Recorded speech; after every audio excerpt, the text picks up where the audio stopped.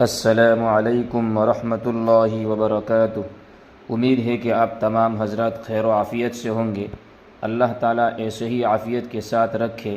آپ تمام حضرات کی خدمت میں ایک اور ویڈیو لے کر حاضر ہوا ہوں۔ اب اس ویڈیو کو سنیے۔ حضور نے فرمایا ہے کہ جب تم امام بن کر نماز پڑھو، اردو میں کہتے ہیں امام بن کر نماز پڑھاؤ۔ پڑھاتا کون ہے؟ ہر آدمی اپنی نماز پڑھتا ہے، مگر اردو کا محاورہ ہے۔ جب تم لوگوں کو امام بن کر کے نماز پڑھاؤ تو ہلکی نماز پڑھاؤ، لمبی مت پڑھاؤ، اس لیے کہ مجمع میں ہر طرح کے لوگ ہوتے ہیں، بچے بھی ہوتے ہیں جو زیادہ دیر خاموش نہیں رہ سکتے، تھوڑی دیر کے بعد شرارت شروع کر دیں گے، بیمار بھی ہوتے ہیں، بڈھے بھی ہوتے ہیں، حاجت مند بھی ہوتے ہیں، منڈی میں سبزی خریدنے آیا ہے اور نماز کا وقت ہو گیا، نماز پڑھنے چلا گیا، وہ تو اپنی ضرورت سے آیا ہے۔ تو ہر طرح کے لوگ ہوتے ہیں، لہذا سب کی رعایت کر کے نماز پڑھنی چاہیے۔ اور جب آپ اکیلے نماز پڑھیں تو جیسا چاہو پڑھو، ہلکی پڑھنا چاہو ہلکی پڑھو، لمبی پڑھنا چاہو لمبی پڑھو، تمہاری مرضی۔ میرے استاد تھے مصر کے شیخ محمود قدس سرہ، محتمین صاحب جس کمرے میں رہتے ہیں اس میں رہتے تھے۔ میں نے ان کے دو حال عجیب دیکھے۔ گرمیوں میں اس زمانے میں برف نہیں تھے، مولسری کا پانی ہی ٹھنڈا برف کا پانی سمجھا جاتا تھا، تو مجھے لوٹا دیتے تھے کہ مولسری سے پانی لاؤ۔ میں وہاں سے چلتا تھا، آ کر کے مولسری کھینچتا تھا، پانی کر کے ٹھنڈا نکالتا تھا، لوٹا بھر کے جاتا تھا۔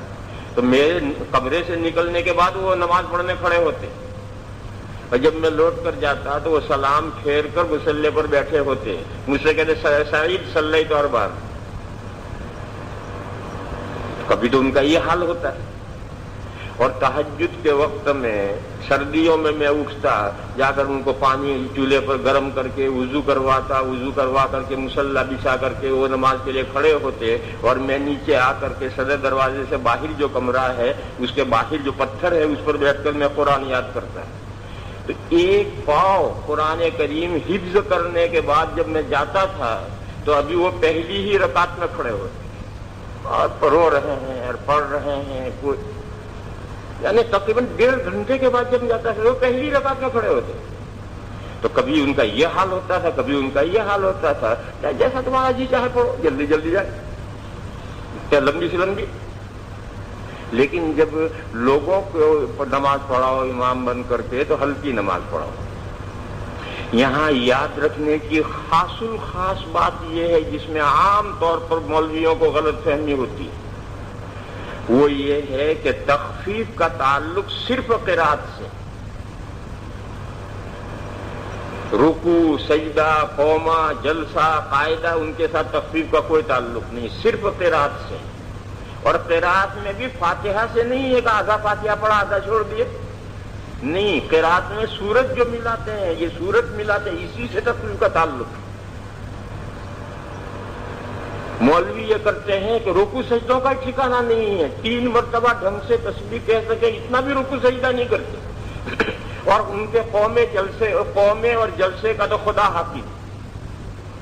یہ تو منافقوں والی نماز ہے، مردے کی طرح سے ٹھونگے ماری۔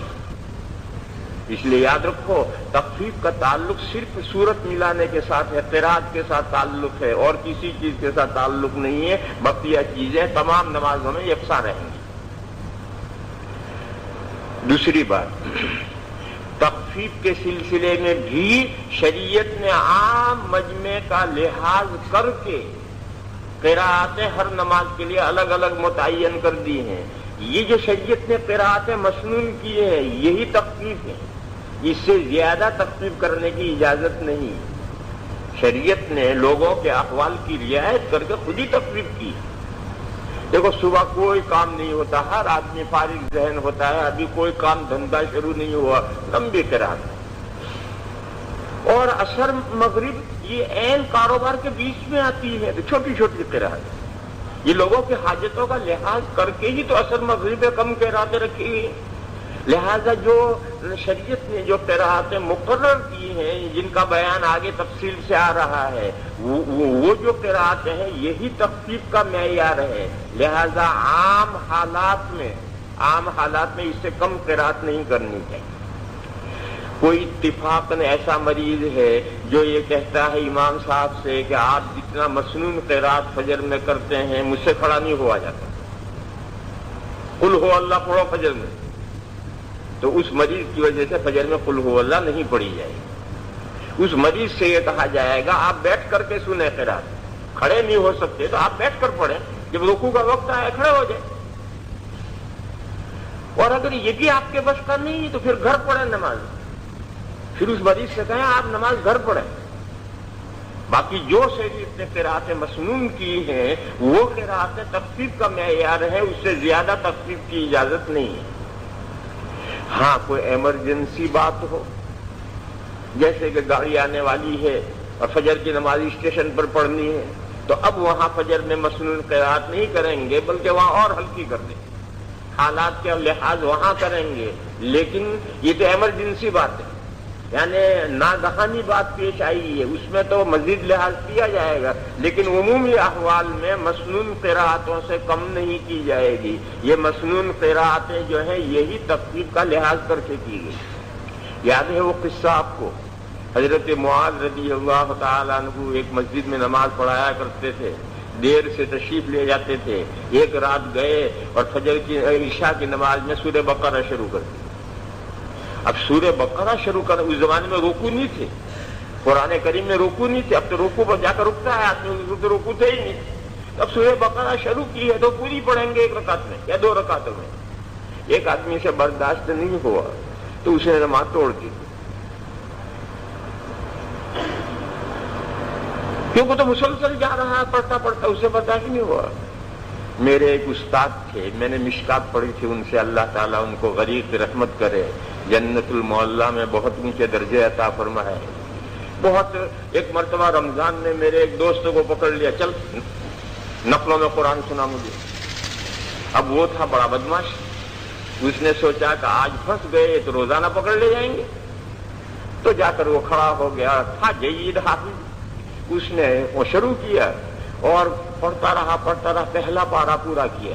اب وہ تھک گئے، یہ پہلا پارا پورا ہوا، کہنے لگا اللہ اکبر. اس نے کہا سیقول السفہاء من الناس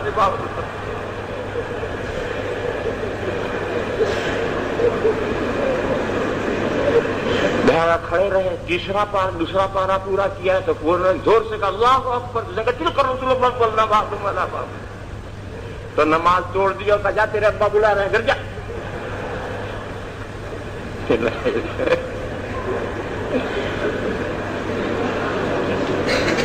سبحان اللہ. اس نے کہا جان چھٹی لاکھوں پائے. تو اسے بیچارے برداشت نہیں ہوا، نماز توڑ کر اپنی نماز پڑھ کے گھر جا کے سو گئے. صبح یہ شکایتیں حضور کے یہاں پہنچی. خود وہ صاحب گئے اور کہا یا رسول اللہ ہمارے ساتھ معاذ یہ کرتے ہیں، دیر سے آتے ہیں، نماز لمبی پڑھاتے ہیں، رات سورہ بقرہ شروع کر دی، ہم دن بھر کام کرتے ہیں، محنت کرتے ہیں، مجھ سے برداشت نہیں ہوا، میں نے ایسا کیا. تو اس دن حضور کو اتنا غصہ آیا اور حضرت معاذ کو بلایا اور فرمایا افتان انت یا معاذ، کیا تو لوگوں کو آزمائش میں ڈال دو گے تم؟ اور حضور نے فرمایا عشاء کی نماز میں فلاں سورت یہ صورتیں پڑھو. معلوم ہوا کہ لوگوں کی حاجات کا لحاظ کر کے یہ صورتیں متعین کی گئی ہیں، لہذا اس سے زیادہ تخفیف کرنے کی اجازت نہیں. ایسے ہی مزید ویڈیو دیکھنے کے لیے آپ ہماری چینل نورانی باتیں کو سبسکرائب کریں تاکہ ویڈیو اپلوڈ ہوتے ہی سب سے پہلے نوٹیفیکیشن آپ کو مل جاوے. اور اس ویڈیو کو تو اپنے دوستوں میں شیئر کرنا بالکل نہ بھولیں.